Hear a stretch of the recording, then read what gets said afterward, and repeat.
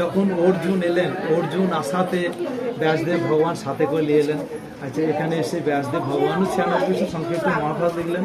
এখানে বসে মা কুন্তি মা রান্না করে দিলেন কাকে? ভীমকে। সেই রান্না কোথায় নিয়ে গেলেন? সে বগ রাক্ষস ছিলেন এখানটায়। সেই বগ রাক্ষসকে পোষায় দিয়ে চলে গেলেন 17 কিলোমিটার আগে গিয়ে তাকে সেই খাবার দিতে গিয়ে ধরলেন। ধরে 7 দিন কাল কোস্তাকুস্তি করে বধ করলেন।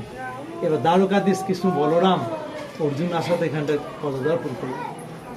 এইখানে এসে বলরাম বিশ্বকর্মাকে আহ্বান করলেন। বিশ্বকর্মা এখানে এলেন, এই কৃষ্ণমূর্তি তৈরি করে দিলেন।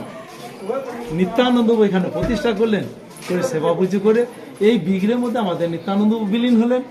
আর আমাদের মহাপ্রভু কোথায় গেলেন? টোটা গোপীনাথ পুরী জগন্নাথে বিলীন। এবার টোটা গোপীনাথ পুরী জগন্নাথ দুটো যাকেই দর্শন করবেন আপনাকে এখানে আবার আসতে হবে, তবে পূর্ণ হবে, নাহলে আদৌ করে। কেন বলুন তো? ওখানে মহাপ্রভু। তাহলে কত বড় শীতে আমাদের বাংলায় ভাড়া জয় জয় শ্রীকৃষ্ণ জয় বাংলায়। তাহলে দেখুন 558 বছর হলেন এই মন্দির। এই 6 বছর ধরে কনস্ট্রাকশন চলছে, 6 বছর ধরে। যার হাতে দান গোবিন্দচন্দ্রটা লেগে গেছে তার পূর্ণ হয়ে গেছে। সবাই তোকে বলছে সবাইকে যে বাবা একটু দান করে যা কৃষ্ণের কাজে, যা দেবে একটু গোবিন্দর কাজে, তো সবাই দান লেগে যাবে। যে দিচ্ছে তার কাজে লেগেছে।